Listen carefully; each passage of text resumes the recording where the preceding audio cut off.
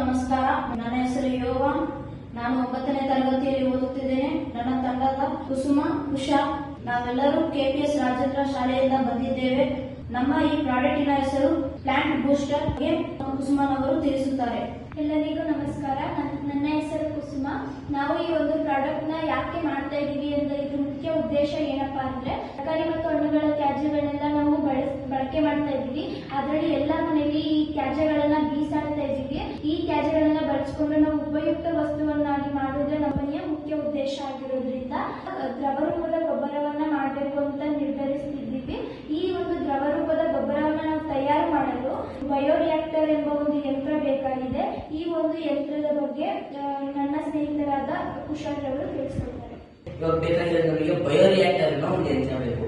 Bioreactor ಅಂತ ನಮಗೆ ಬೇಕಾಗಿರೋದೊಂದು 2000 litre ಸಾಮರ್ಥ್ಯವುಳ್ಳ ಒಂದು ಡ್ರಮ್ ಬೇಕು. ಹಾಗೆ ಅಲ್ಲಿ ಒಂದು ಆಕ್ಸಿಜನ್ ರಹಿತವಾದ ಪೈಪ್ ಅನ್ನ ಅಳವಡಿಸಬೇಕು.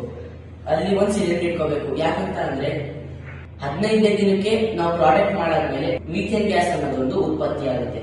ಇದು ಮಾಡ್ತಾ ಇರೋದು ಉಪಯೋಗ ಏನೇನು ಅಂತಂದ್ರೆ ನಮಗೆ 2 ಉಪ ಉತ್ಪನ್ನ ಸಿಗುತ್ತೆ. ಒಂದು ಬಯೋಗ್ಯಾಸ್, ಮೀಥೇನ್ ಗ್ಯಾಸ್ ಉತ್ಪತ್ತಿ ಆಗುತ್ತೆ. ಹಾಗೆ ಘನ ತ್ಯಾಜ್ಯಗಳು ಸಿಗುತ್ತೆ. ಯಾವ ತರ ಅಂತ ಅಂದ್ರೆ ನಾವು 0.5% ಅಷ್ಟು ತ್ಯಾಜ್ಯ ಹಾಕ್ತಿವಿ, ಇನ್ನು 0.5% ನೀರ್ ಹಾಕ್ತಿವಿ. ಅಕ್ಕಿ ತೊಳೆದಿರೋ ನೀರಾದ್ರೂ ಹಾಕ್ಬೋದು, ಹಾಲಾದ್ರೂ ಹಾಕ್ಬೋದು, ಇಲ್ಲ ಈಸ್ಟ್ ಬ್ಯಾಕ್ಟೀರಿಯಾನು ಹಾಕ್ಬೋದು. ಅದು ಕೊಳಿಲಿಕ್ಕೆ ಸಹಾಯ ಆಗ್ಬೇಕು ಅಂತ. ಒತ್ತಡ ಮತ್ತೆ ಉಷ್ಣಾಂಶದಿಂದ ನಮಗೆ ಬಯೋಗ್ಯಾಸ್ ಅಂದ್ರೆ ಮೀಥೇನ್ ಗ್ಯಾಸ್ ಸಿಗುತ್ತೆ.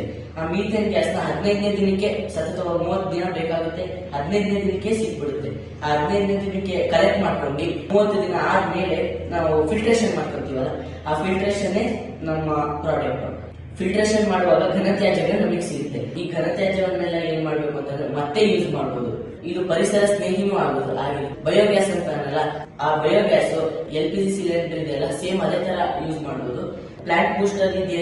ಈಗ ಯಾರ್ಯಾರಿಗೆ ಉಪಯೋಗ ಆಗುತ್ತೆ ಅಂತಂದ್ರೆ ಟೆರೆಸ್ ಗಾರ್ಡನಿಂಗ್ ಮಾಡ್ತಾರೆ, ಮತ್ತೆ ಅಗ್ರಿಕಲ್ಚರ್ ಮಾಡೋರಿಗೆ ತುಂಬಾ ಉಪಯೋಗ ಆಗುತ್ತೆ. ಮಣ್ಣಿನ ಗುಣಮಟ್ಟವು ಹೆಚ್ಚುತ್ತೆ. ಧನ್ಯವಾದಗಳು.